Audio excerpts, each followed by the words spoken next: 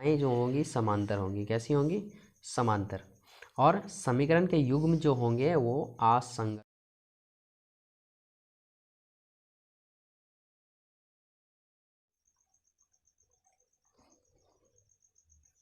तो यही हो गया हमारा क्या? आंसर। आशा करते हैं आपको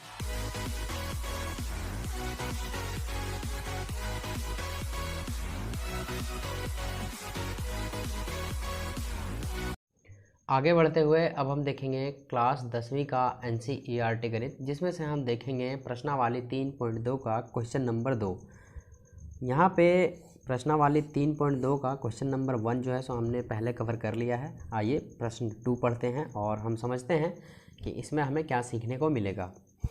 अनुपातों A1/A2, B1/B2 और C1/C2 की तुलना कर ज्ञात कीजिए कि निम्नलिखित समीकरण युग्म द्वारा निरूपित संख्याएं एक बिंदु पर प्रतिच्छेद है, समांतर है अथवा समपाती है। यहाँ पे आपको क्या पूछा है?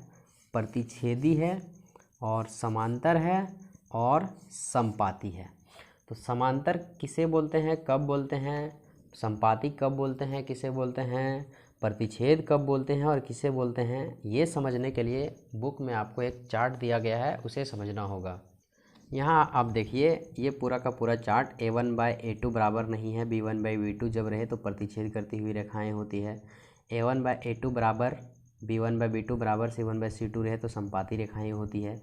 और A1/A2 बराबर B1/B2 बराबर नहीं है C1/C2 तो समांतर रेखाएं होती है। तो यहाँ पे ये जो चार्ट है आपको याद करना है और मैं आपके लिए एक छोटा सा इसे अच्छे से तैयार कर लिया हूँ, जो कि मैं आपको अभी दिखाता हूँ। आपको वहाँ से याद करना है क्योंकि बुक में अधूरा दिया हुआ है, पूरा नहीं दिया हुआ है।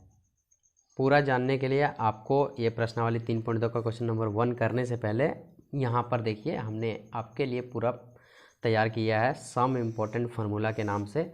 अगर ये फार्मूला आप करते हैं तो प्रश्नावली 3.2 का क्वेश्चन 2, 3 और 4 आपके आसानी से क्लियर हो जाएंगे। बस फार्मूला है और इस चैप्टर में कुछ भी नहीं है। यहाँ पर देखिए फार्मूला का एक बार समझ लीजिए बेहद ही अच्छे तरीके से, बाकी आपको कुछ भी नहीं करना है। यहाँ पे दिया हुआ यदि A1/A2 बराबर नहीं होगा B1/B2 के तो क्या क्या कंडीशन हो सकती हैं? प्रतिच्छेद करती हुई रेखाएं हम लिख सकते हैं। क्या? प्रतिच्छेद करती हुई रेखाएं। दूसरा चीज़ हम लिखेंगे समीकरण के युग्म संगत होंगे। और तीसरा केवल एक हल, तो इसका भी ज़रूरत नहीं पड़ेगा, हमें केवल 2 लाइन ज़रूरत पड़ेगा। पूछा जाएगा प्रतिच्छेद करती हुई रेखाएं हैं, समपाती रेखाएं हैं या फिर समांतर रेखाएं, तो ऊपर वाला लाइनिंग में हमें आंसर देना है। और एक पूछा जाता है संगत और असंगत, तो याद रखिए A1/A2 बराबर नहीं है B1/B2 के तो हो सकते हैं प्रतिच्छेद करती हुई रेखाएं और समीकरण के युग्म संगत हैं। क्लियर? ये हो गया पहला फार्मूला। दूसरा फार्मूला यहाँ पे है, यदि A1/A2 बराबर B1/B2 बराबर C1/C2 हो तो समपाती रेखाएं होंगी। कौन सी रेखाएं होंगी? समपाती। सब अगर बराबर हो तो समपाती रेखाएं। और दूसरा कंडीशन में समीकरण के युग्म संगत होंगे। देखिए वहाँ भी था संगत, यहाँ भी है संगत। कोई सा भी बराबर ना हो तो भी संगत और सब बराबर हो तो भी संगत, और ये हो जाएगा समपाती। ठीक। तीसरा जो पॉइंट है, ये नीचे वाला जो देख रहे हैं आप, परिमित रूप से अनेक हल, इसका अभी आपको नहीं मिलेगा देखने के लिए, इसलिए इसे आपको याद भी नहीं करना है। जो मैं हाईलाइटेड कर रहा हूँ आप उसी को याद करना है और उसी का यहाँ पे आपको काम भी लगेगा। यहाँ पर देखिए यदि A1/A2 बराबर B1/B2 बराबर नहीं है C1/C2 के तो रेखाएं जो होंगी समांतर होंगी। कैसी होंगी? समांतर। और समीकरण के युग्म जो होंगे वो असंगत होंगे। कैसे होंगे? असंगत। बात क्लियर हो गई? तो ये 3 फार्मूले हैं, आपको अच्छे से याद होने चाहिए और एक एक नज़र आप इसे देख लीजिएगा अच्छे से तो याद हो जाएगा।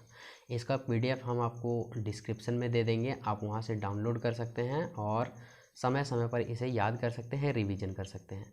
अब चलिए प्रश्नावली के ऊपर। प्रश्न हमने पढ़ लिए हैं और यहाँ हमें प्रश्न में पूछा गया है एक बिंदु पर प्रतिच्छेद है, समांतर है अथवा समपाती है, ये हमें बताना है। तो कैसे बताएंगे?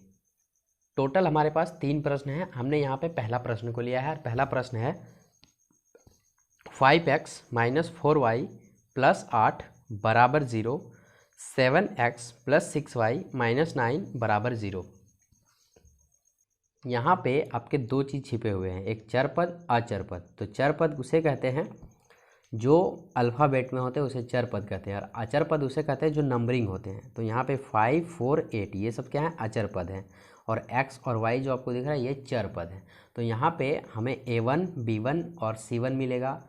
b1, c1 और a1 कहाँ से निकालेंगे, आइए हम यहाँ पे देखते हैं। तो यहाँ पे हम लिखेंगे हल, और इस हल के साथ आपका क्वेश्चन बनना आरंभ होता है यहाँ से। यहाँ पे हम लिखेंगे दिया है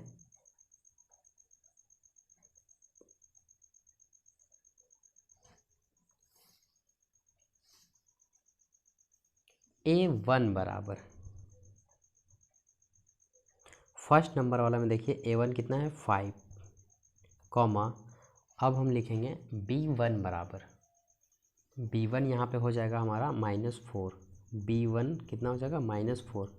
सिंपल सी बात है, जो जितने नंबर पे है उतने नंबर वाला कहलाएगा, और c1 जो कहलाएगा वो कहलाएगा 8। अब हमें लिखना है a2 बराबर, तो a2 जो है नीचे वाला 7 कहलाएगा, कॉमा b2, एक बार a1 b1 c1 मानना है और दूसरा बार a2 b2 c2 मानना है। तो यहाँ पे b2 कितना है 6, और c2 कितना है, c2 है -9। इतना कर लिए। अब हम यहाँ लिखेंगे a1/a2 बराबर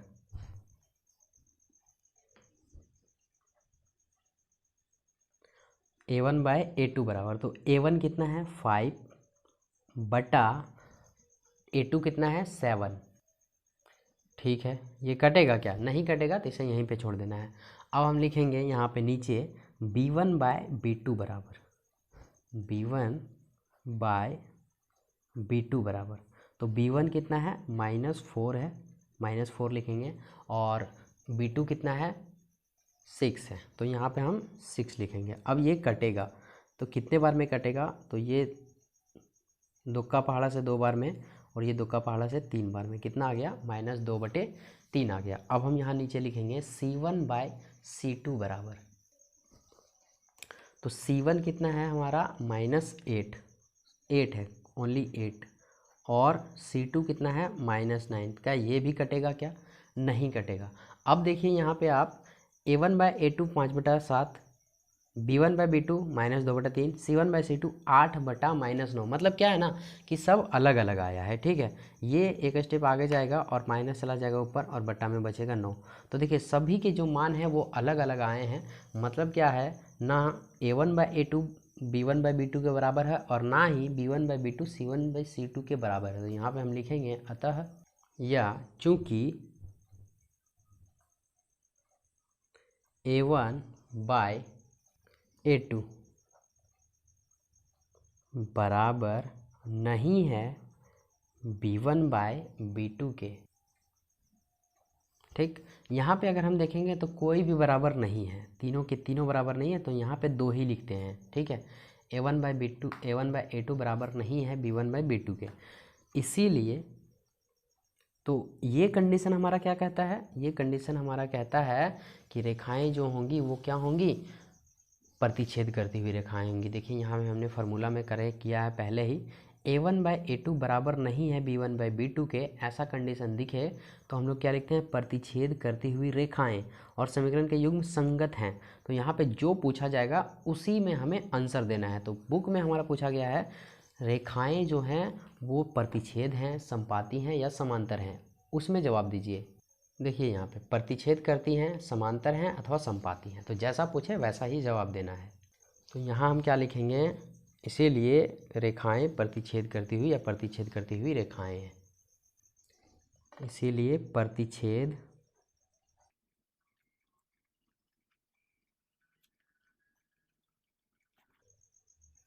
तो यही हो गया हमारा क्या आंसर। आशा करते हैं आपको पूरा का पूरा समझ आया होगा, और अगर नहीं समझ में आया है तो आप हमें कमेंट करके बताइए कि हमारे अंदर क्या त्रुटि है। हम कोशिश करेंगे कि अगली बार से उस त्रुटि को भी ख़त्म कर दें, ताकि आपको बेहतर से बेहतर समझ में आता है।